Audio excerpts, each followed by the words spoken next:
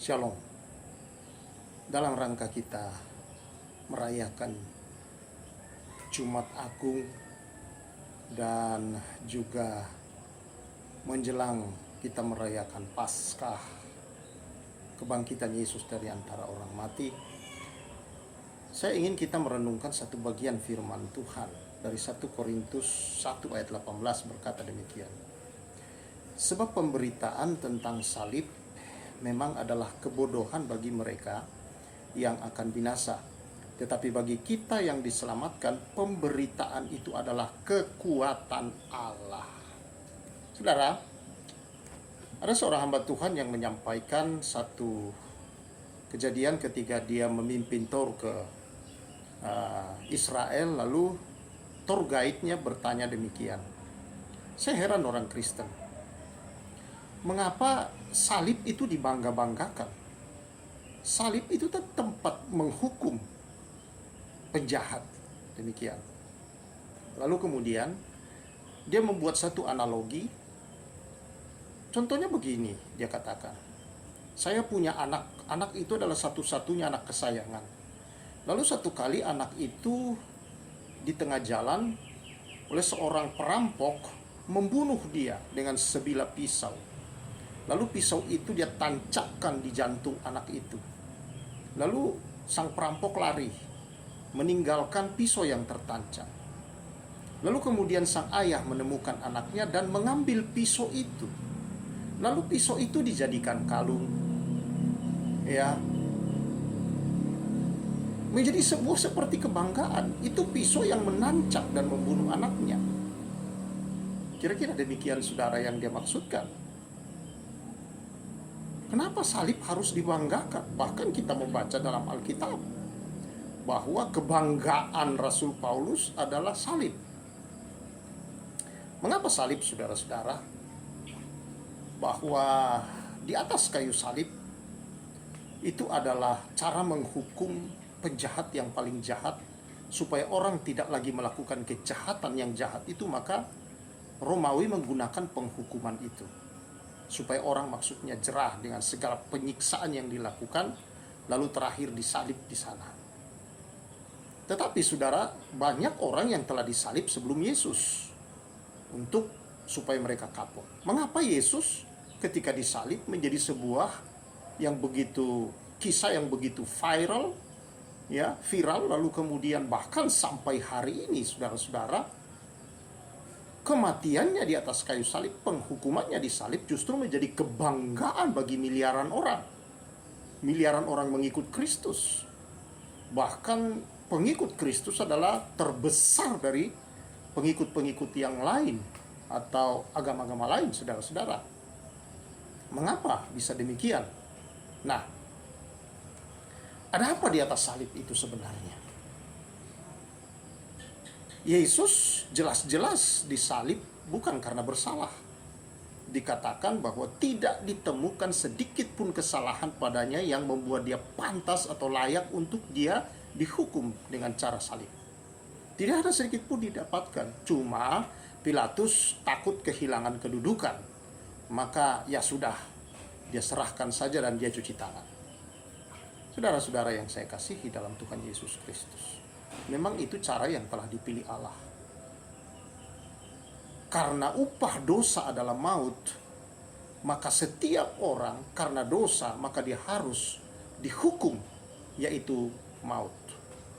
Hanya satu akibat dari dosa adalah maut.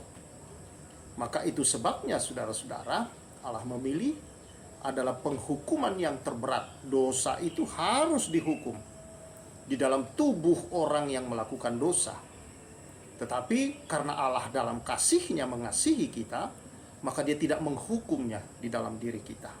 Maka yang dia lakukan adalah dia menggantikan kita dengan anaknya di atas kayu salib. Lalu kemudian saudara, dia yang tidak bersalah, tidak mengenal dosa, dijadikan dosa, supaya kita yang berdosa dibenarkan oleh Allah. Jadi bukan karena kita berbuat benar, kita benar di hadapan Allah. Allah membenarkan kita melalui kebenaran Kristus yang diberikan kepada kita. Maka kita di mata Allah menjadi orang-orang yang benar. sehingga saudara-saudara kita dapat memasuki kehidupan kekal bersama dengan Allah. Nah, saudara yang saya kasihi di dalam Tuhan Yesus Kristus, mengapa harus memilih hukuman yang paling hina, paling kejam, dan itu adalah hukuman yang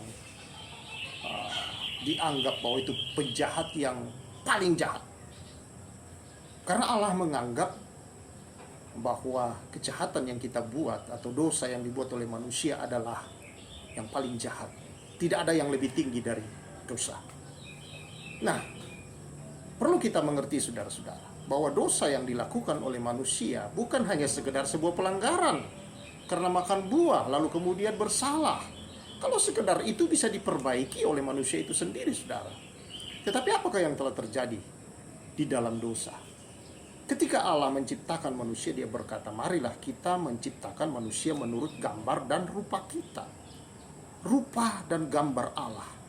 Lalu Allah menciptakan manusia dan memberikan kepadanya, berkata,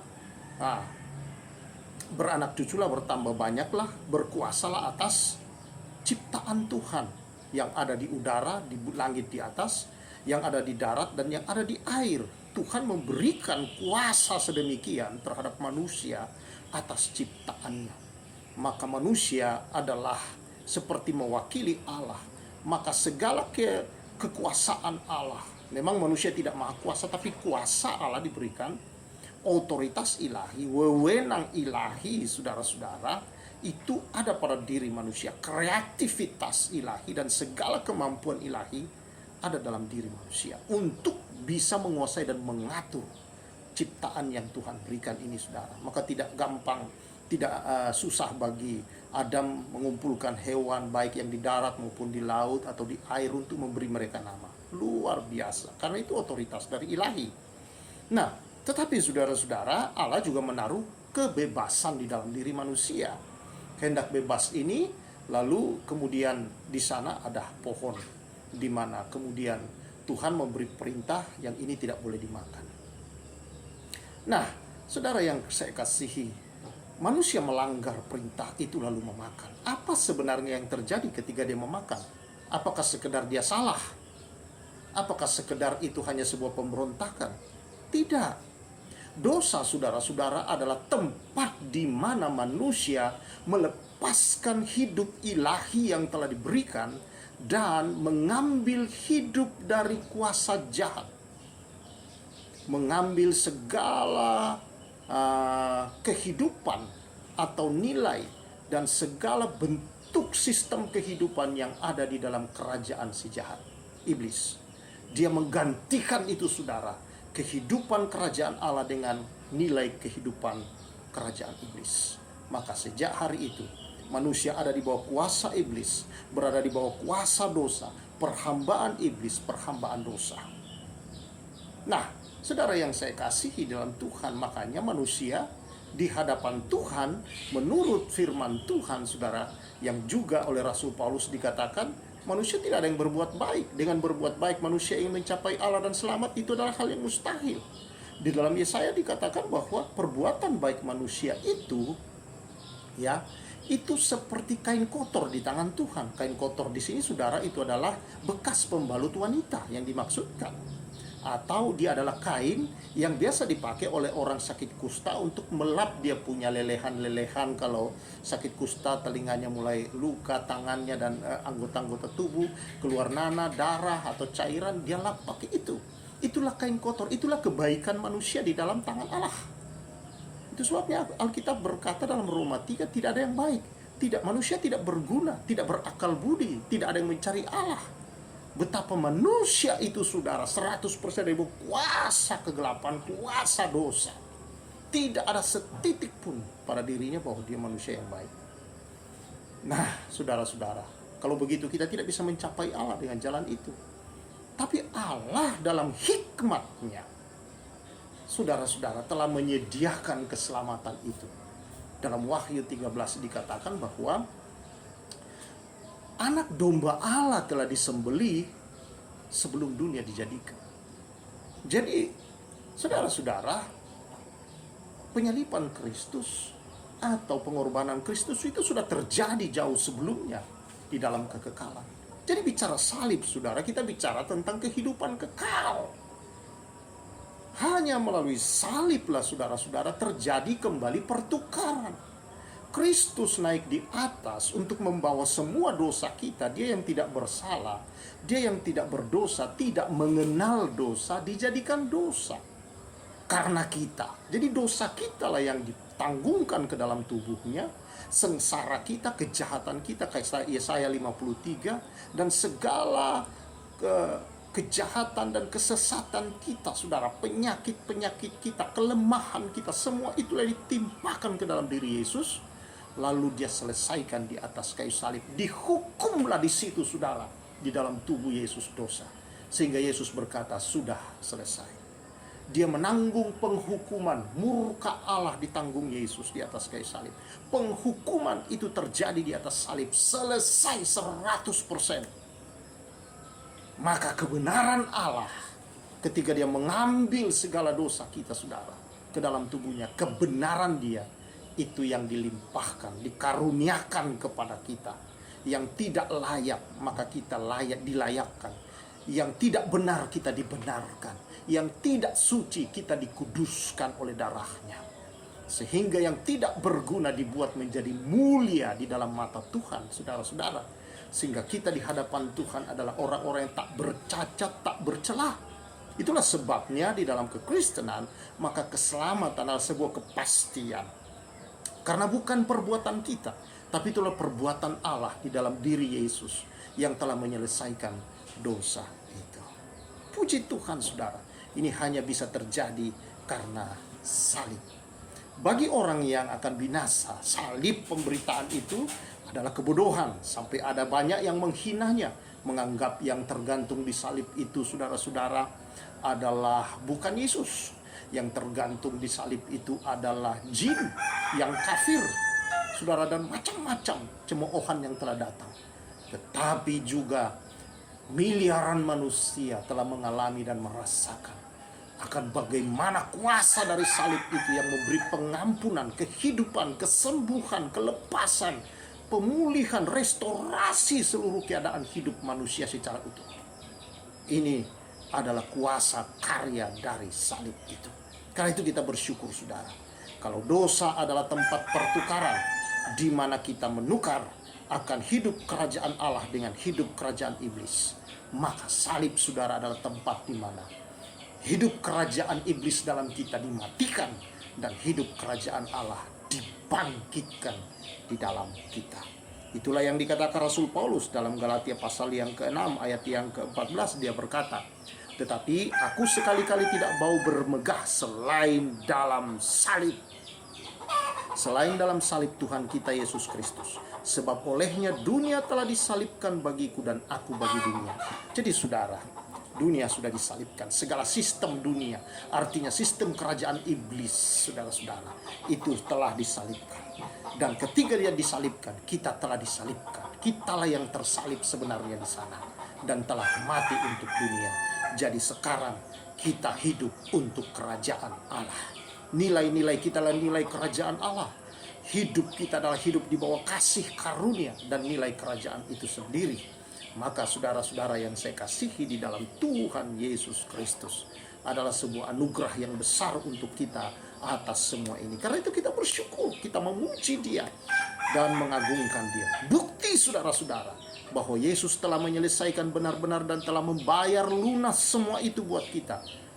Dia bangkit kembali dari antara orang mati. Dan kebangkitannya itu, saudara-saudara, adalah untuk membuktikan bahwa Dia telah membayar semuanya.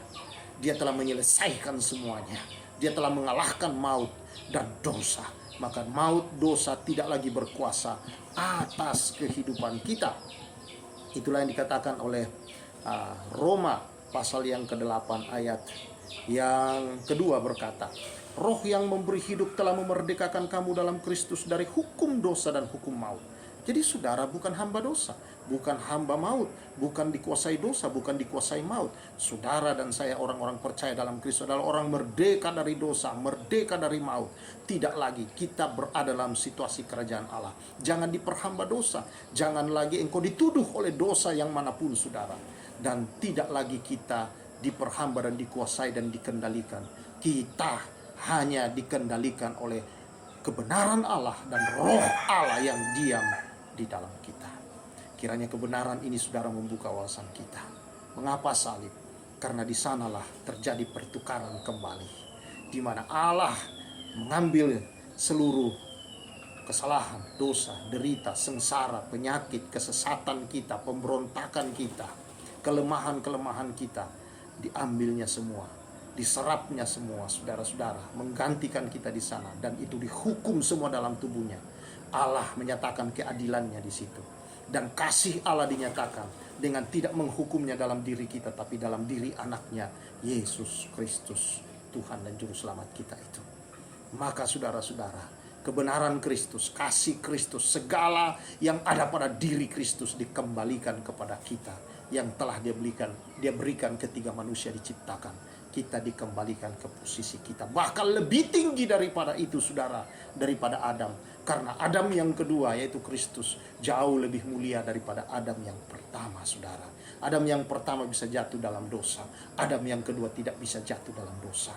Itulah sebabnya, saudara, benih Adam kedua yang ada dalam kita, itulah yang memampukan kita untuk tidak jatuh di dalam dosa. Karena itu ikuti di kebenaran itu, ikuti roh Tuhan yang ada padamu. Tuhan yang senantiasa menyertai, memberkati, mengurapi saudara-saudara. Haleluya. Mari kita bersyukur atas semua ini dalam nama Tuhan Yesus. Terima kasih Bapa atas putramu yang tunggal kau serahkan bagi kami, menyelesaikan semua di salib. Dan olehnya kami boleh merdeka dari hukum dosa, hukum maut. Kami telah dibebaskan dari semua itu. Dosa, yaitu di mana manusia telah menukar hidup kerajaan Allah dengan hidup kerajaan iblis. Tetapi Tuhan kembalikan melalui salib. Di dalam nama Yesus kami bersyukur memuliakan Engkau. Haleluya. Amin. Saudara yang saya kasih dalam Tuhan Yesus, kebenaran ini memberkati saudara-saudara di dalam nama Tuhan Yesus. Haleluya. Saya Pastor Samuel menyampaikan salam restorasi.